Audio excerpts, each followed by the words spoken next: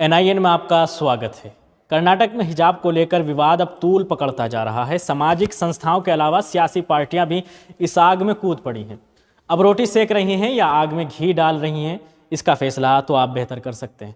28 दिसंबर 2021 को पहली बार मीडिया के सामने हिजाब को लेकर कर्नाटक के स्कूल का विवाद सामने आया, जब कुछ लड़कियां हिजाब में स्कूल आई और उनको स्कूल में दाखिल होने से रोक दिया गया क्योंकि उन्होंने स्कार्फ पहने हुए थे। और स्कूल मैनेजमेंट का मानना यह था कि हिजाब स्कूल की यूनिफॉर्म में से नहीं है, जिसकी वजह से उनको क्लास में एंटर करने से रोक दिया गया और शिक्षा से वंचित कर दिया गया। बहरहाल लड़कियों ने इसके खिलाफ विरोध दर्ज कराया और क्लासरूम के बाहर ही बैठकर उन्होंने अपनी पढ़ाई जारी रखी। एक तस्वीर वायरल हुई थी जिसमें वो सीढ़ियों पर बैठकर पढ़ाई कर रही थी। तस्वीर साफ बता रही थी कि वो किसी भी कीमत पर अपनी शिक्षा से समझौता करने के लिए तैयार नहीं है और ना ही हिजाब को लेकर कोई सौदा करेंगी। आइए देखते हैं कौन सही और कौन गलत है। पहली बात तो ये है कि ये देश डेमोक्रेटिक रिपब्लिक कॉन्स्टिट्यूशन से चलने वाला देश है, जो किसी मजहब की आस्था से नहीं चलता बल्कि सारी आस्थाओं को प्रोटेक्शन और आज़ादी देता है। इसी संविधान के 25 से 28 तक के अनुच्छेद में देखा जाए तो संविधान क्लियरली अपने नागरिकों को उनके रिलीजन, उनके धर्म के हिसाब से चलने की खुली आज़ादी देता है। अब दो टोक सवाल यह है कि कर्नाटक का ये स्कूल क्या भारत में है और उसमें पढ़ने वाली ये छात्राएँ क्या भारतीय नागरिक हैं? जवाब सिंपल है, स्कूल भी भारत में है और छात्राएँ भी भारतीय हैं। तो बिल्कुल संविधान के हिसाब से स्कूल को इनकी धार्मिक आज़ादी का एहतराम करना चाहिए और शिक्षा से बिल्कुल भी वंचित नहीं किया जाना चाहिए। बच्चों को हिजाब के कारण से शिक्षा से दूर रखकर ये लोग भारतीय संविधान और भारतीयों के मूल अधिकारों को चोट पहुंचा रहे हैं।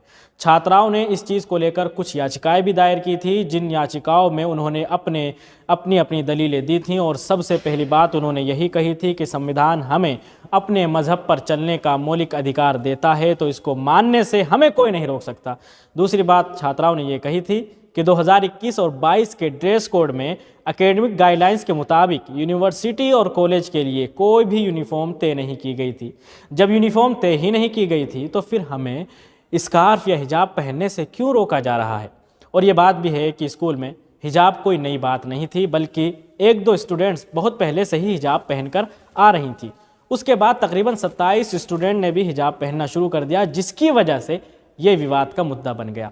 सच कहूँ तो ये मसला इतना उलझा हुआ नहीं था जितना इसको उलझा दिया गया है। ये सारा संवैधानिक मामला है जिसको कोर्ट के ज़रिए से आसानी से हल किया जा सकता था। ये और इस जैसे केस कोई नए नहीं हैं, बल्कि इस तरह की घटनाएं आज़ाद हिंदुस्तान में होती रही हैं।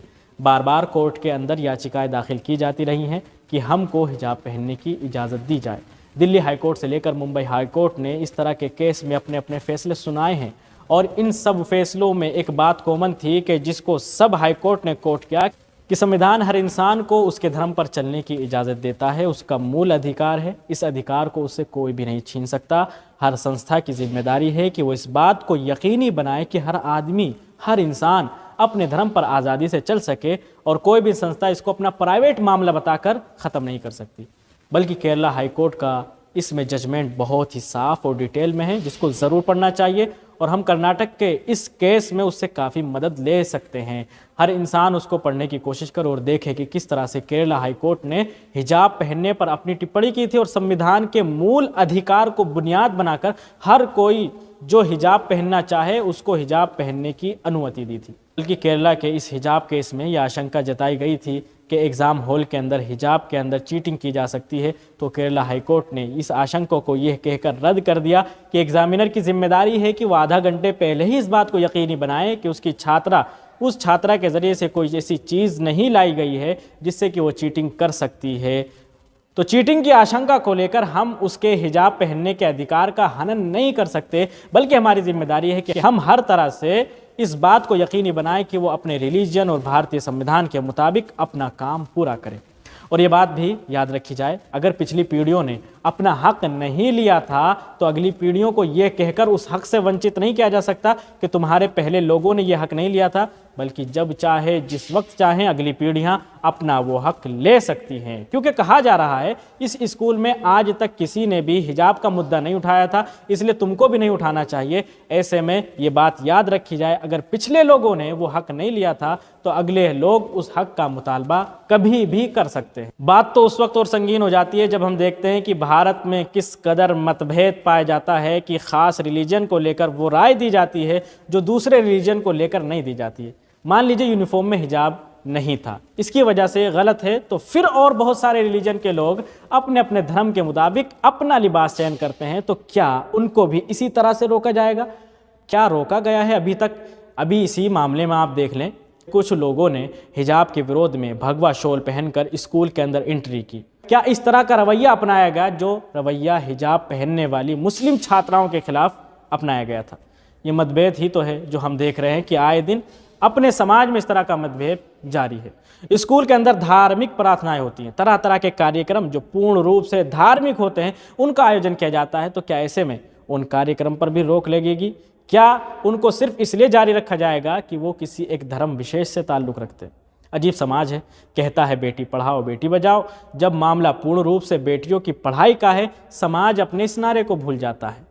अजीब समाज है जो आज़ादी के नाम पर LGBT जैसी चीज़ों को तो खुशी खुशी कबूल कर लेता है, लेकिन हिजाब पहनना इसकी आंखों में चुभता है।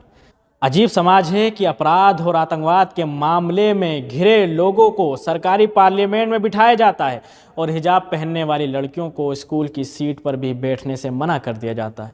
कॉमन सेंस वाली बात है, एक टीचर अपने आप को टीचर की हैसियत से देखे, सारे रिलीजन धर्म सारी बेड़ियों को हटाकर अपनी आँख से उस चश्मे को हटा कर के देखे जिसने उसे अंधा बनाया हुआ है।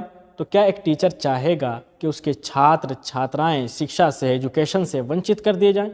क्या उसको अच्छा लगेगा कि क्लास के सारे लोग तो अपनी अपनी सीट पर बैठकर पढ़ाई कर रहे हैं, लेकिन कुछ छात्र मेरे बाहर बैठे हैं जिनको शिक्षा से दूर रखा गया है? सच कहूँ तो मुझे ऐसी सोच रखने वालों पर बिल्कुल भी ताज्जुब नहीं हुआ कि जो समाज महिलाओं का आदर इस तरह से करता है कि अगर वो छोटी जात की है तो अपना मन पसंद कपड़ा पहनकर अपने तन को नहीं ढाक सकती, और इस समाज की सभ्यता भी देखी गई है कि छोटे वर्ग की महिलाओं को उनके ऊपरी तन को कपड़े से ढाकने की इजाज़त नहीं होती थी।